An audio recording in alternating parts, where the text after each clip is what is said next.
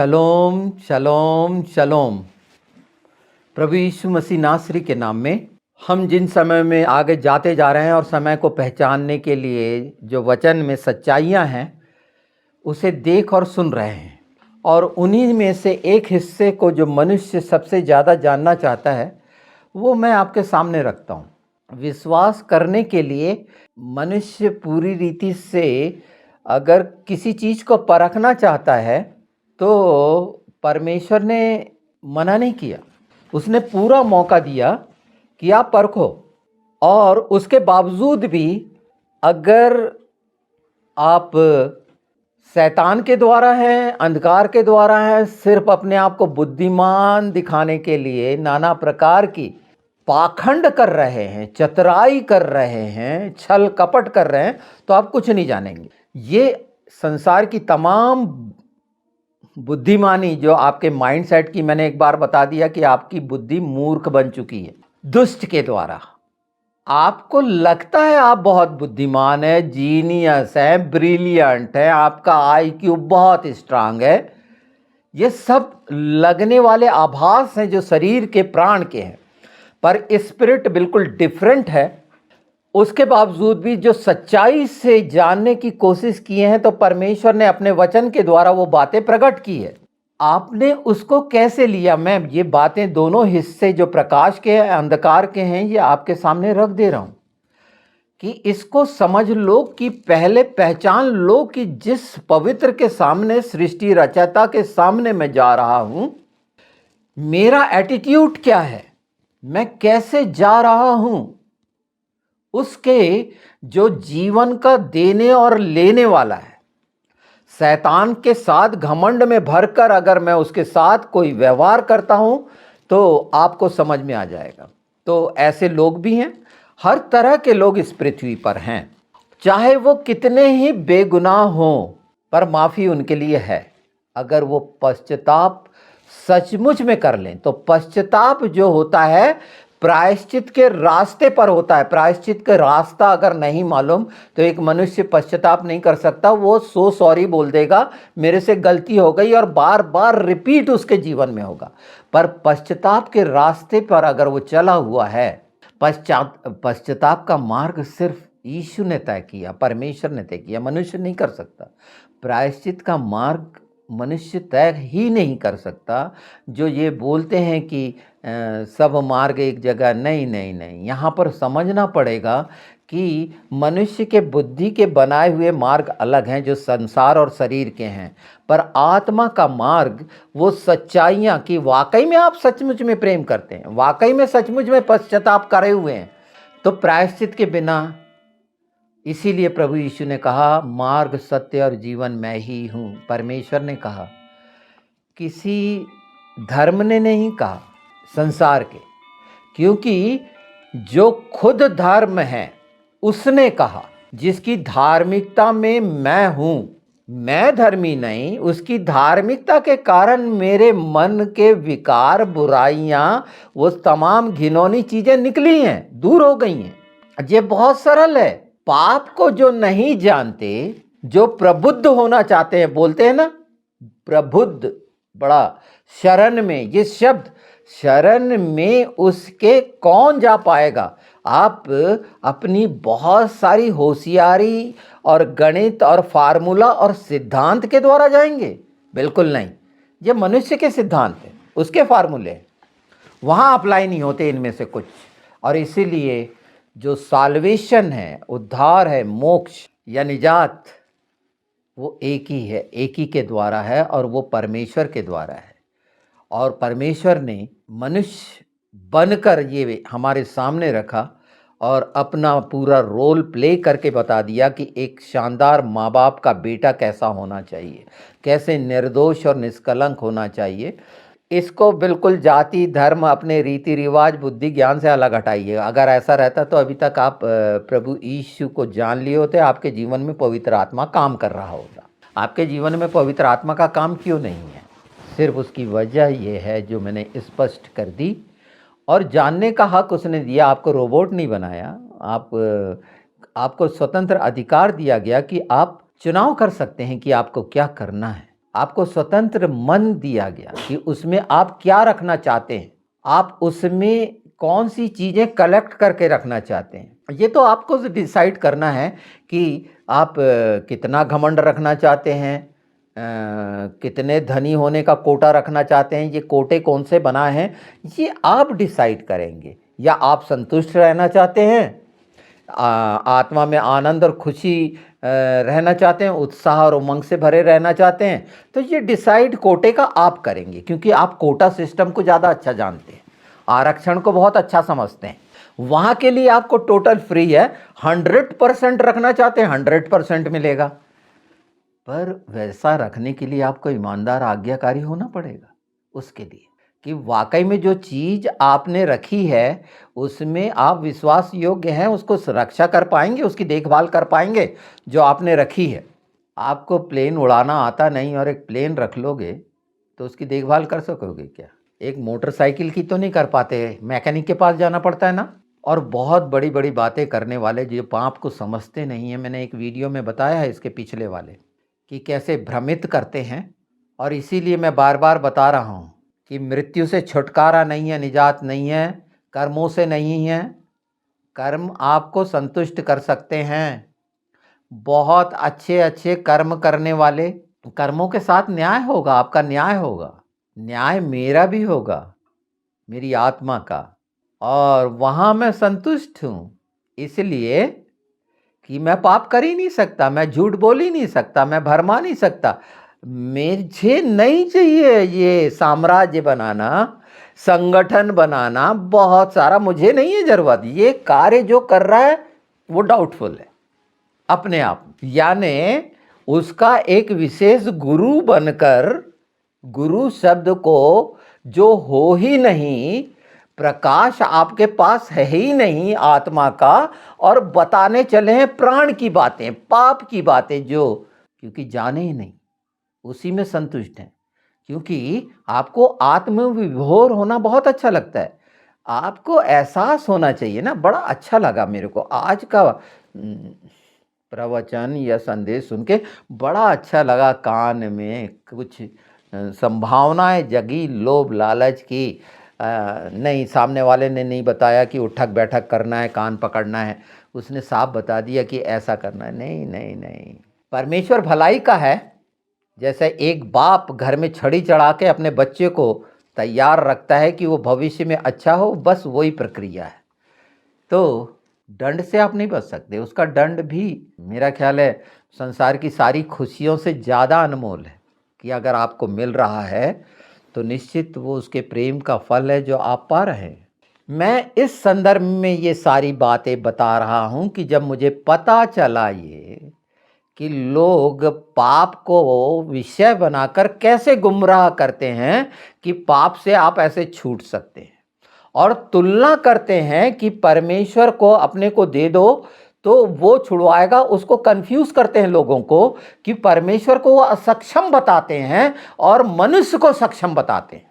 ये तमाम की शिक्षा ऐसी ही है, ये अपनी अपनी शिक्षाएं जो भी हैं, इसी तरह की इनने शिक्षा पाई है, अपने आप को सक्षम बनाना और संसार के बनाने वाले को कमजोर दिखाना। तो आप प्रेम भी नहीं कर सकते, आप उन रास्तों पे जा ही नहीं सकते, उस रास्ते पर आपकी दृष्टि पड़ भी नहीं सकती, क्योंकि जो शैतान के हाथ की कठपुतली है वहाँ उसको कोई अलाव नहीं है, कुछ भी नहीं। हाँ, दया सबके लिए, चाहे आप कितने महापापी हों। अब उसमें बोलोगे कि एक आदमी ने हजारों हत्या की है और वो भी क्षमा हो सकता है क्या? बिल्कुल हो सकता है, उस दौर से उसको गुजरना पड़ेगा। और वो जो 1000 हत्या करने वाला इंसान है वो करोड़ों लोगों को बचा लेगा, ये आप जानिए।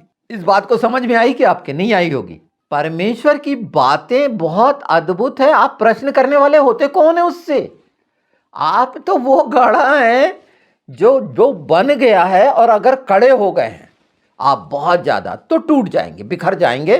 घड़ा कैसा चकनाचूर होता है, बिल्कुल वही हाल होगा आपकी आत्मा का, जो आपके घड़े का हुआ। आप कैसा घड़ा है ये समझ लीजिए। तो ये बहुत सारे कठिन समय में बहुत शानदार ये बात है, पवित्र आत्मा आपको आपके लिए रख रहे हैं। और इस संबंध में क्योंकि बहुत लोग ये जानना चाहते हैं, हाँ, तो पवित्र आत्मा और वचन इसमें क्या कह रहे हैं, ये थोड़ा हम समझ लें। क्योंकि गोग मगोग है, आर्मिगेदोन की लड़ाई है, ये हमारे हिंदू भाई बहन नहीं जानते, मुस्लिमों को भी नहीं मालूम इस संबंध का। पर परमेश्वर का ये हिस्सा यहूदी अच्छे से जानते हैं। अगर मैं क्रिश्चियन हूँ और मेरे से परहेज है और सुनना नहीं चाहते, तो हमारे जो हिंदू भाई बहन हैं, जो बड़ी बड़ी आईएएस हैं और बड़ा सब बताते हैं और रब्बियों से बात करते हैं, वो एक अब्राहम वगैरह आते हैं यहाँ पर, मैंने सुना है उनको, उनसे पूछिए। ये आपके पास बहुत सुनहरा मौका है कि ये गोग मगोग क्या है और आर्मगिदोन क्या है, वो जगह जो गोलन हाइट से उतना बड़ा मैदान दिखता है वो क्या है, तो आपको एक हिस्से का कम से कम पता चल जाएगा कि कौन सा युद्ध वहां पर होने वाला है और कौन लड़ेगा। सबसे बड़ी बात यह है, अभी तक आपने ये नहीं समझा है कि कौन लड़ेगा, कौन लड़ता था उनके साथ। आज तक आपकी जो मानसिकता में है, वो इस संसार के राजाओं को महान समझ के उनकी सेनाओं को, जैसे आज इजराइलियों को बोलते हो कि बड़े चतुर हैं और बहुत पारंगत हैं युद्ध कला में, नहीं नहीं नहीं नहीं नहीं, यहाँ आप गलत हैं। उनके साथ जो है, जो उनकी परवरिश करता है, ये वो बंजर जमीन को उसके वादे की जमीन, प्रतिज्ञा की जमीन क्यों बोली जाती है? आग अगर आप इतना सा समझ लेंगे कि परमेश्वर ने उसको प्रॉमिस लैंड क्यों कहा और हर बात वहां की पुरातत्व के हिसाब से हर बिंदु मात्रा क्यों इतनी सच है। ये तो कब्जा किए हुए हैं इस्लाम ने वहां पर, वहां से कोई मोहम्मद स्वर्ग नहीं गया था, वो जगह ही नहीं है। स्वर्ग का रास्ता बेतेल है। अगर याकूबी जिसको समझ में नहीं आता तो बेतेल क्या समझ में आएगा।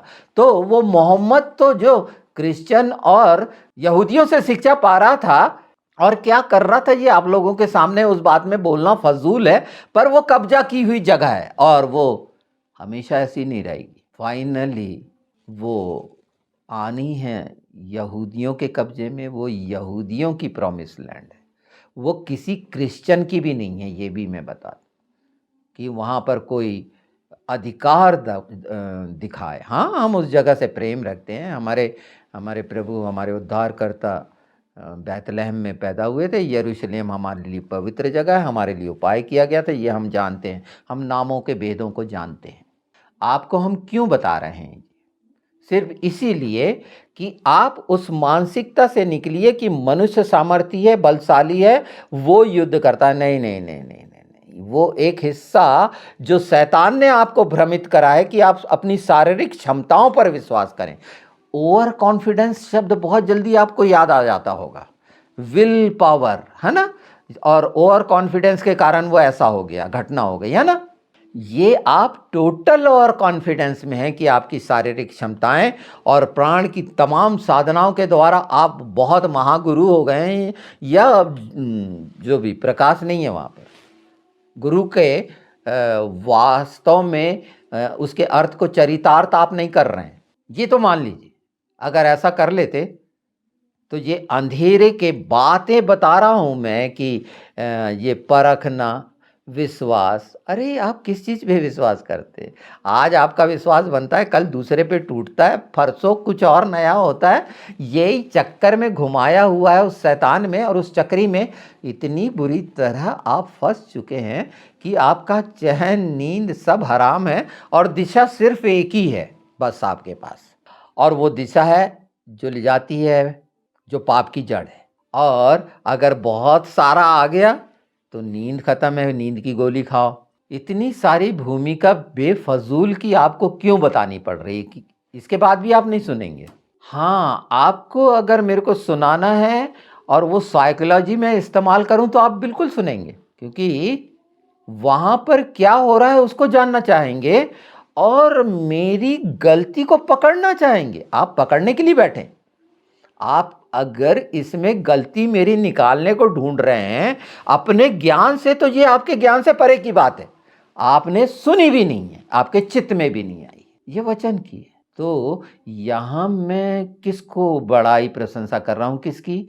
परमेश्वर की। मैं बता पा रहा हूँ तो मैं बोल रहा हूँ, नहीं मैं नहीं जानता, ठीक है, पर उसका ये सच्चाई का शब्द आप बताने में असमर्थ हैं। इसको परिभाषित आप कर ही नहीं सकते, क्योंकि आत्मा के द्वारा आप चल ही नहीं सकते। आप तो शरीर के द्वारा, प्राण के द्वारा संचालित हैं। तो आप ऐसा भी नहीं कह सकते कि आई एम ए स्पिरिट, क्योंकि कंफ्यूज हो जाएंगे आप। क्योंकि शरीर में तो बहुत सारा इकट्ठा करके रखा है, कौन कौन से पता नहीं कहां कहां की सारी चीजें भर रखी होंगी।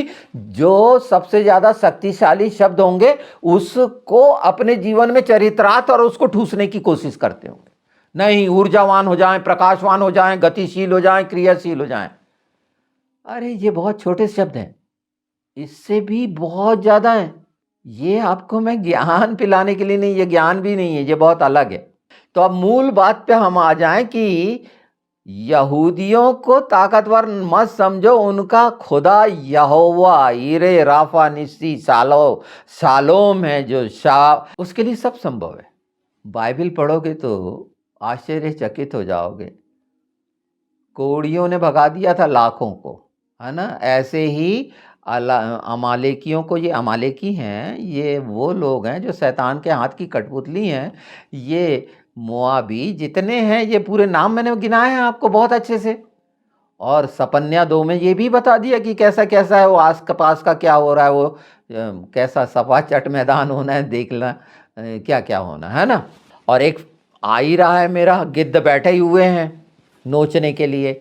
वो बहुत मज़ा आएगा आपको, आर्मीगेडोन का ये मज़े लेना ना आप, कि कैसे, और अपनी आँखों से देखना, उसमें शामिल मत होना। तब तक तो हो सकता है कि सुन के ये सच्चाई जानो और प्रभु यीशु को स्वीकार कर लो, यीशु के नाम में ये हो, तो आपकी आत्माएं, आपके ख़ानदान की पूरे पूरे पूरे पूरे जो बच्चों सहित बुज़ुर्ग बच जाएं यीशु के नाम में। और ऐसे कठिन समय में आप आनंदित हों, ये डर और खौफ दूर हो जाए जो आतंक इस्लाम का है, जो खत्म हो जाएगा। कब?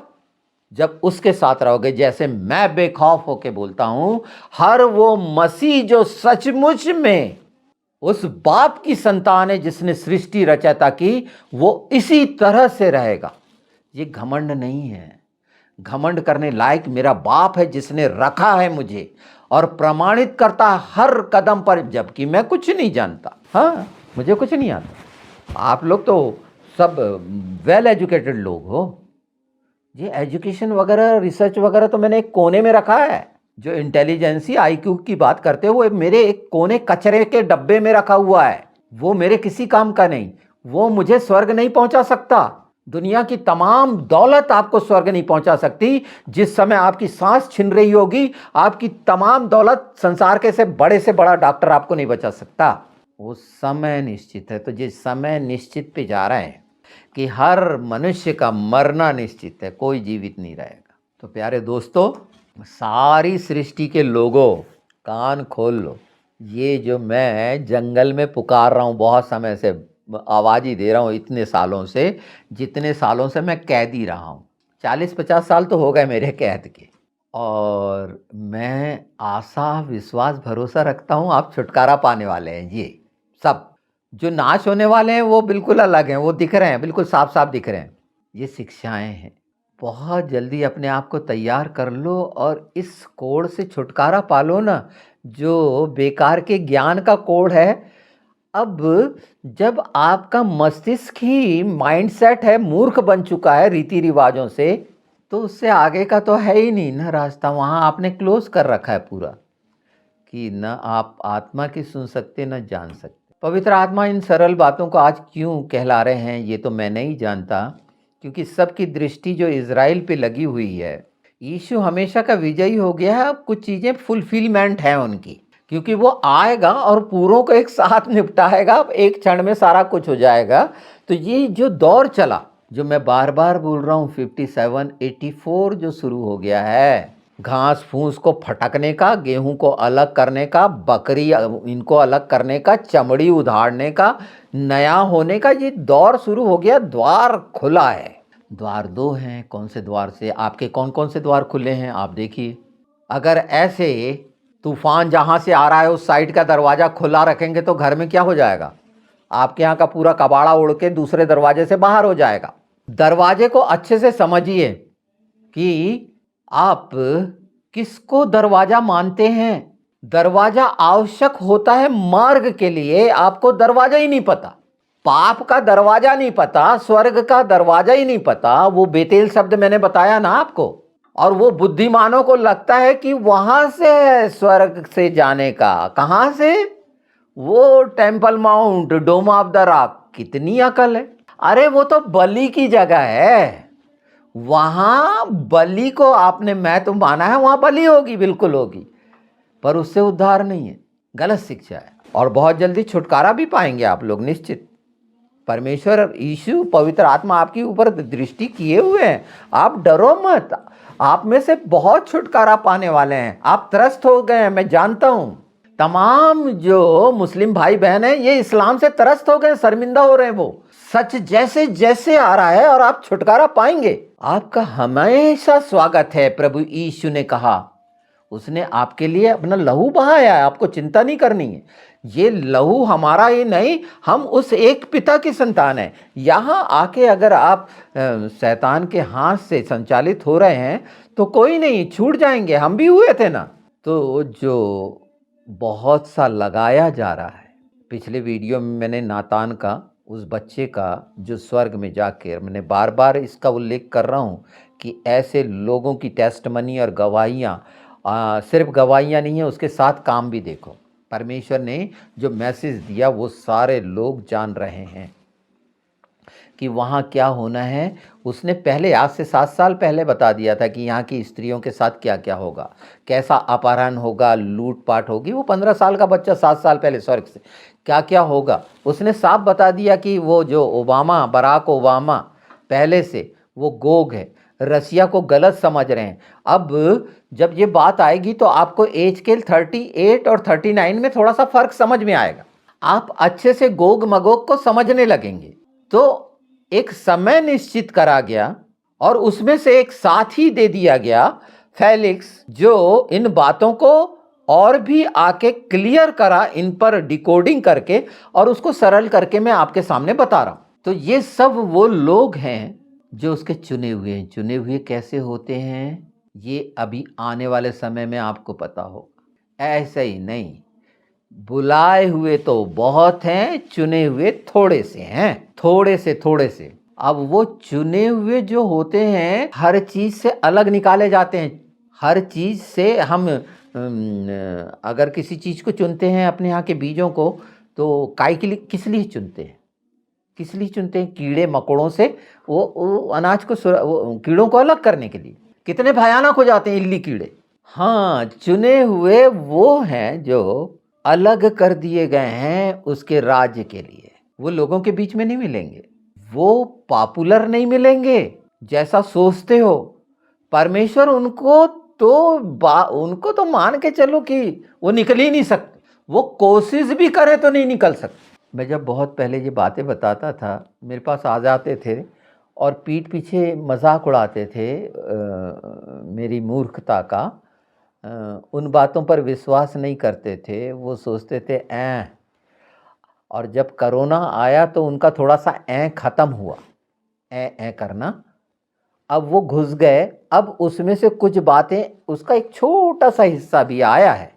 अभी इतना भयानक आने वाला है, तो वो बातों को अगर वो उस समय समझ लेते, जिस समय मैं इनके बीच में जाकर बताता था, 2-2 4-4 घंटे इनको बताता था, ये सुने तो सुने, ना सुने तो ना सुने, बोर हो जाते थे ये। पता नहीं क्या क्या बकते होंगे, गाली भी देते होंगे, मुझे भी पता नहीं, सामने तो नहीं कर पाते थे। पर नहीं, मेरे जहाँ मैं रहता हूँ बड़ा बहुत आदर करते हैं, बड़ा प्रेम करते हैं, मेरी सुन लेते हैं। एक चीज़ तो ये है, जैसे आप लोग सुन लेते हो, कभी हो सकता है कि वो सच्चाइयों का आवेश और शैतान से घृणा में कुछ आपको फ़र्क समझ में आए, पर मैं सब मनुष्यों से प्रेम रखता हूँ, क्योंकि मैंने प्रेम को रखा है तभी मैं करता हूँ। और प्रेम रखता है परमेश्वर जिसने जीवन दिया, मेरे हृदय में वो है। तो किसी के लिए दुर्भावना बुराई नहीं है। हाँ, गलत गलत है, सही सही है। तुम मेरा कुछ नहीं कर सकते, मुझे मालूम है तुम गुलाम हो। एक गुलाम की औकात क्या होती है? हाँ, मेरे से एक स्वतंत्र किया हुआ व्यक्ति बात कर सकता है, गुलाम नहीं कर सकता। उसे बात ही नहीं करते आएगी, या मेरी समझ में ही नहीं, मेरी बातें उसके समझ में ही नहीं आएगी, उसके सिर से जाएगी। जिसके सिर से मेरी बात जा रही हो, समझ लो कि वो गुलाम है 100%। जो मेरे पास लोग बैठते हैं, जो मुझसे सुनते हैं, जो प्रभु की संतान हैं, वो एक नंबर के, हाँ, कुछ नहीं है। पर उनको क्यों समझ में आती? उनको समझ में आती, उनके जीवन बदल गए। और जो होशियार बना है, तो होशियार कौवा क्या होता है पता है आपको। तो ये गोग मगोग आर्मी की दोन बहुत चलेगा, बहुत सारे कुकुरमुत्ते की तरह भविष्यवक्ता निकल के आएंगे, ध्यान मत देना। वो बहुत सारी चीज़ें बता दी गई हैं, ये सपन्या और बहुत मीका वगैरह में ये सब बता दी गई है। झूठे भविष्यवक्ताओं का पूरा आपके पास पैकेज पहुंच चुका है, सालों साल से ये पैकेज पहुंच रहा है। अब उनके बहकावे में मत जाओ, क्योंकि भविष्यवाणी का समय नहीं है। ये जो बातें बोली जाती हैं जिसको आपने जाना नहीं, वो जो परमेश्वर का मुंह और उनने बोला वो हुआ है। परमेश्वर की बातों को बताना भविष्यवाणी है, अपनी कहानियां बताना भविष्यवाणी नहीं है। और परमेश्वर का वचन आदि से पूरा हुआ है, अनंत तक पूरा होगा यीशु के नाम में। कितनी सरल बातें हैं। तो अब चलते हैं उस हिस्से की तरफ जिसको सुनना चाहते हैं आप। आपकी इच्छा ये बातों को अब अलग हो सकता है, इसमें से कुछ याद रहे ना रहे। मैं यीशु के नाम से चाहता हूँ कि याद रहे, कि आप उद्धार पाएं, पूरा पूरा उद्धार पाएं और सब आशीषों से भरपूर हो जाएं। स्वर्गीय आशीषों का स्वाद चखाऊंगा मैं आपको। आप मुझसे बात तो करिए। यहाँ कुछ शंका होती तो कोई कमेंट 2 अक्षर तो लिखिए, मेरे को पढ़ना लिखना आता है, थोड़ा पढ़ सकता हूँ, भेजिए तो बताऊंगा वहाँ का स्वर्ग का स्वाद। ये यहाँ की डिशेस भूल जाएंगे जो आजकल इधर उधर के हो रहे हैं ना, और उसके कारण जो हो रहा है। हालेलुया प्रभु। तो आज हम एक बहुत शानदार, मैं लूका 16 पे 16, 17 और 15 को, ये तीनों को रख देता हूँ थोड़ा सा, है ना। पर इसको लंबा नहीं करूँगा, वैसे भी बहुत समय का हो गया वीडियो। पर अगर 16 में देखेंगे आप, तो 16 में लाजर है जिसके बड़े फोड़े वोड़े निकले हैं, कुत्ते उत्ते चाटते हैं। वो एक धनवान के दरवाजे पे रख दिया जाता था, उसकी जूठन खाता था, मतलब ये हाल था। और वहाँ जो एक धनी था और ये लाजर, ये दोनों मरे। तो ये लाजर जो था वो जाके अब्राहम की गोद में है। एक अथाह गड्ढा है, अथाह गड्ढा जिसकी था नहीं है, उस गड्ढे से निकल के नहीं आ सकते, वो अथाह गड्ढे की बात हो रही है। उस अथाह गड्ढे के एक साइड में, जिसको अधोलोक बोलते हैं, अब आप उसको कुछ भी बोल दीजिए, मान लो एक नरक का साइड और एक पात, वो डिवाइड है। और पर वो उस तरफ नहीं जा सकते, आ जा नहीं सकते, इतना ज़्यादा है। चढ़ ही नहीं सकते ऊपर, अथाह नीचे पड़ रहे हैं तल में, ऊपर चढ़ ही नहीं सकते, कितना चढ़ोगे। तो वो धनवान की हालत खराब है, वहाँ पर एक बूंद पानी के लिए तरस रहा है। हाँ, वो धनवान उस लाजर को देख रहा है और पहचान रहा है। एक चीज़ ये भी नोट कर लो कि वहाँ वो पहचान रहा है, ये मेरे गेट पे रहता था, ये खाता था, कुत्ते इसके घाव को चाटते थे। वो बोले, उससे वो एक बूंद पानी बोले, उंगली डुबो के मेरे जीभ पे रख दे कि थोड़ा ठंडक मिले। क्या बोल रहा है कि वो जिससे वो घृणा करता रहा पूरे जीवन भर, उसको वो बोल रहा है कि वो पानी डुबो के उसके जीभ में एक बूंद, ये हाल है। मतलब यहाँ व्यवहार सीख लो कि आप अपने दरवाजे पे आए व्यक्ति के साथ, या उस मजबूर के साथ जो आपके दरवाजे के अंदर आकर आपकी गुलामी करता है, काम धंधा करता है, उसके साथ क्या व्यवहार करते हैं। तो ये व्यवहार आपको कहाँ मिलेगा? उस जगह पर मिलेगा जहाँ आप अपने किचन से जूठा कैसा खिला रहे हैं अपने यहाँ, जो आपकी मदद कर रहा है दरवाजे के अंदर। अभी तक नहीं समझे थे ये बात, अब समझ लो कि आपके दरवाजे के अंदर आप जिसको काम देते हैं, आप अपनी जिसको कंपनी में काम देते हैं, आप जो भी जिस व्यक्ति से उसके लेबर के एवेज में जो कुछ भी देते हैं, वो कैसा देते हैं। घर में काम करने वाली बाई को कैसा देते हैं, जो कई चीज़ें रहती हैं, अब इसको अच्छे से आप समझ लेना, यहाँ व्यवहार सुधार लेना, नहीं तो वो एक बूंद पानी वही बाई तुम्हारे के लिए मांगती रहेगी। पर उसके आगे क्या हुआ, उसके आगे जब उसने देखा कि ये तो बड़ा मुश्किल है, तो उसके अंदर उसकी दया जागी कि परमेश्वर कर रहे हैं यहाँ सारा पीछे काम, ये उसके अंदर दया वया होती तो पहले ही कर देता। यहाँ वो पैदा हो रहा है, वो अपने भाइयों की चिंता कर रहा है। बोले कोई ऐसा जो मर के जीवित होकर उसके पास जाए और बताए तो वो विश्वास कर लेंगे। आपके पास अभी मरे हुए कई आ गए स्वर्ग से और बता रहे हैं, आप विश्वास कर रहे हैं क्या? ये मैं बार बार बता रहा हूँ, विश्वास कर रहे हैं क्या?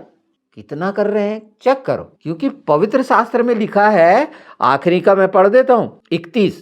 उसने उनसे कहा, जब वे मूसा और भविष्यवक्ताओं को नहीं सुनते तो यदि मरे हुओं में से कोई जी भी उठे तो भी उसकी नहीं मानेंगे। ये है, अगर कोई व्यक्ति नहीं मान रहा है इस बात को, तो निश्चित शैतान के हाथ में वो हमेशा का मरा हुआ है, उसकी आत्मा मरी हुई है, शरीर तो उसका बाद में मरेगा। हम न, हमारी आत्मा जीवित हुई है पवित्र आत्मा के द्वारा। ये फर्क है प्रभु यीशु के लहू के बलिदान का, ये फर्क है जो संसार का कोई भी नहीं कर सकता। लोग अपने लिए जान नहीं देते, मैंने देखा है लोग बहुत फायदा उठाए, खून बहाना तक बहुत मुश्किल है। इस सरल बात को समझ लो आप कि आज भी परमेश्वर अपने लोगों को भेज रहा है। ये सब भविष्यवक्ता हैं जो आज भी वहाँ की सच्चाई बता रहे हैं। उनमें से मैंने एक दो नाम लिए हैं, क्योंकि इन सब से मैं पहले से ही संबंधित रहा हूँ, इसीलिए मुझे मालूम। और मैंने इसको शुरू में बता दिया था, क्योंकि परमेश्वर ने दृष्टि कराई है मेरी, मैं देखने योग्य नहीं, मुझे नहीं आता समझ में, तो जो आती थी बातें वो मैंने बता दी। और अभी भी सबको सचेत कर रहा हूँ। मैंने शुरू से बताया, जंगल में पुकारने वाले का शब्द, यूहन्ना बपतिस्मा देने वाले को पहचानते हो? नहीं पहचानते। उसको पहचानना है तो उसने एक चीज़ किस लिए भेजा था, ये पढ़ लेना यूहन्ना 1 में। वो अभी तक आपने नहीं पढ़ा है। यूहन्ना 1 आपने 1000 बार पढ़ा होगा, पर उस लाइन को अभी भी चूक गए। यूहन्ना किस लिए भेजा गया था? बपतिस्मा देने वाला, जिसको बपतिस्मा देने वाला बोलते हो, किस लिए भेजा गया? नहीं मालूम ना? बाइबल में लिखा है, मैं पढ़ के सुना देता हूँ। और क्या, पढ़ के उस हिस्से को जानो। आज बहुत सारी चीज़ें पवित्र आत्मा आपके लिए इतनी शानदार विश्वास करने वाली बातें बता रहे हैं, और इसको जान लोगे तो बदल जाओगे, उस अथाह गड्ढे में नहीं जाओगे। और जाओगे तो अब्राहम की गोद में जाना, हम वो रिमूव कर दिया गया है, ये मैं बता दूं, है ना। अब वहाँ पर दुष्ट ही दुष्ट हैं वो हिस्से में। प्रभु यीशु वहाँ से ले गए पहले फलों को। ये अब्राहम वगैरह वहाँ नहीं है, अब ये सब दुष्ट हैं, वहाँ चीख रहे चिल्ला रहे हैं और सब उनके कार्यक्रम हो रहे हैं, और वहाँ से बताने की कोशिश कर रहे होंगे, पर कुछ हो रहा नहीं है। पर यहाँ तो बताने वाले जीवित लोग हैं ना, हम जैसे जीवित लोग हैं ना, जो आत्मा में जीवित हुए हैं। ये दावा कर सकता है क्या कोई? है हिम्मत? ये दावा करने की हिम्मत यीशु के वचन के द्वारा है, उस पर विश्वास करने का मतलब समझ लो कि वो विश्वास योग्य है।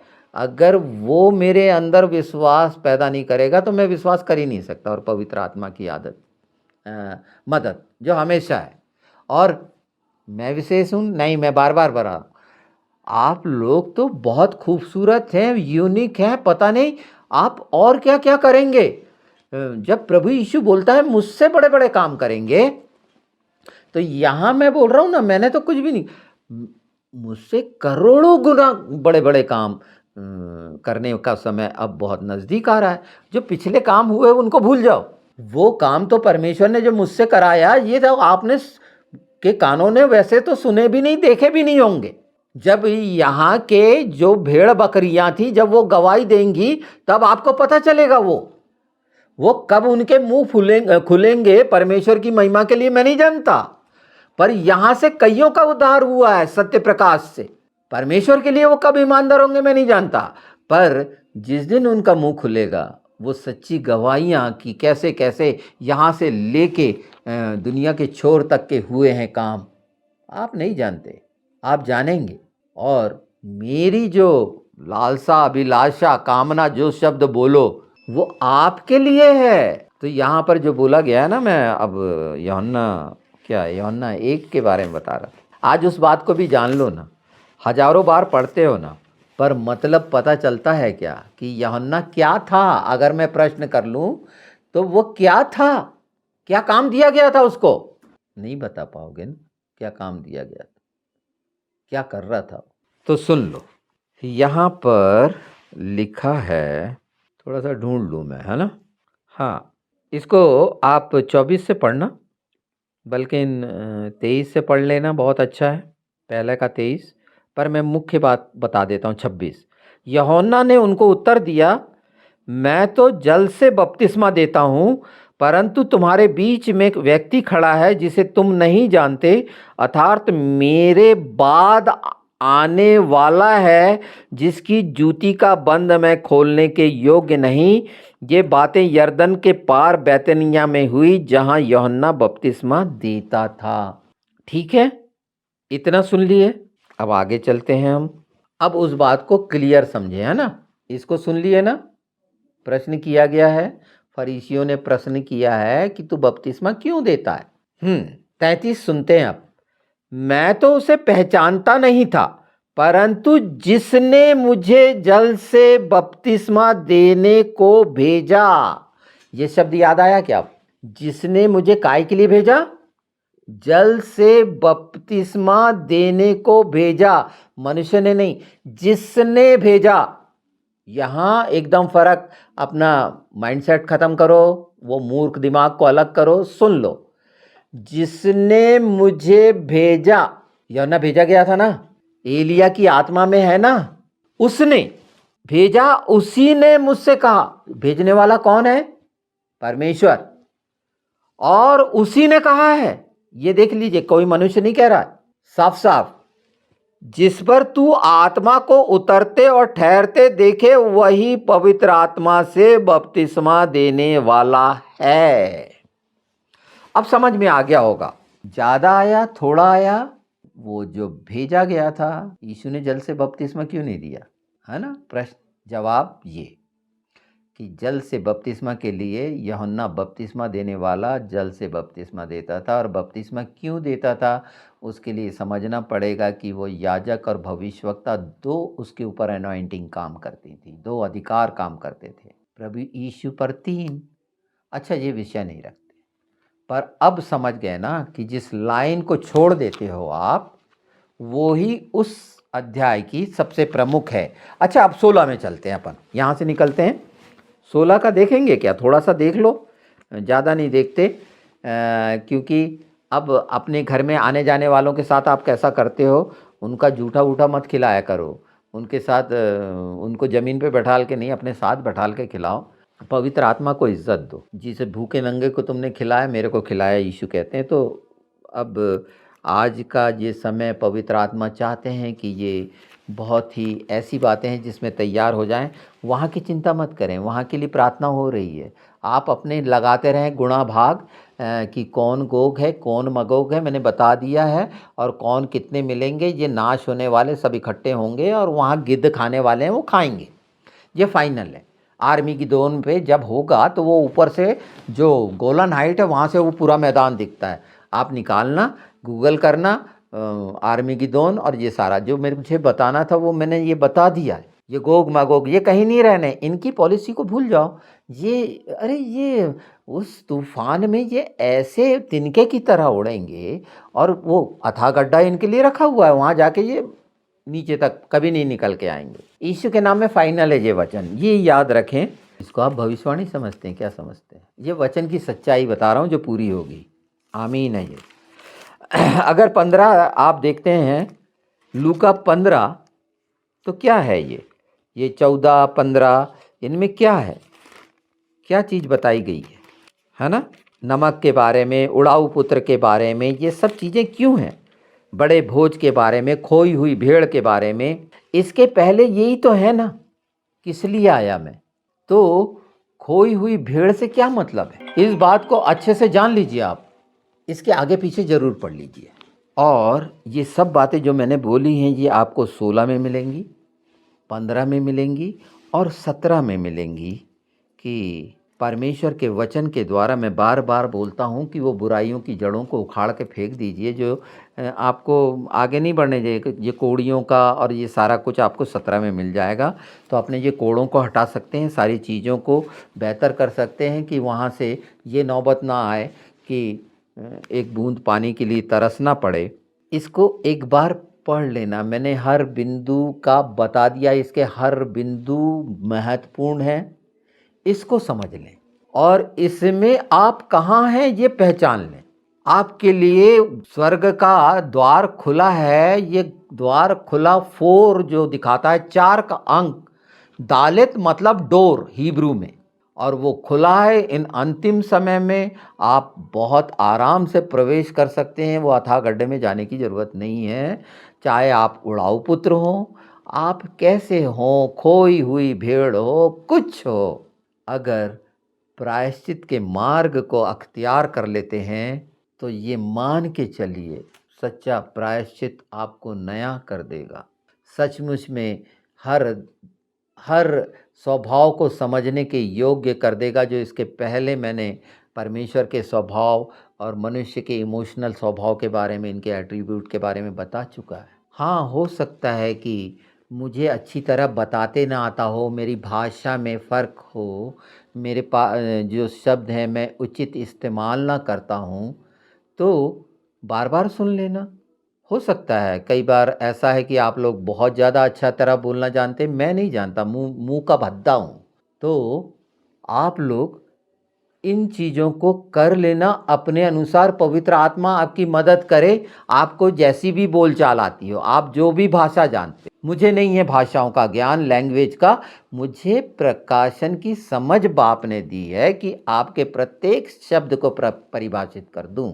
ये उसके द्वारा है, मेरे द्वारा नहीं। मैं बार बार इस बात का कि ऐसा नहीं समझना कि हम जान जाएंगे, वो जो बता रहा है मैंने बता दिया, मैंने अपना काम ख़त्म किया। इस बात के साथ ख़त्म कर रहा हूँ, सलोम के साथ ख़त्म कर रहा हूँ, आप सबों के लिए वो अनुग्रह चाह रहा हूँ कि आप सचमुच में परमेश्वर के बेटे बेटियां हो जाएं, यीशु के लहू को अपने जीवन में उद्धार का लहू करके ग्रहण करें, उसकी धार्मिकता में रहें और हर चीज़ ऐसी हो जाएगी कि कोई भी रॉकेट, कोई भी चीज़ छू नहीं सकती।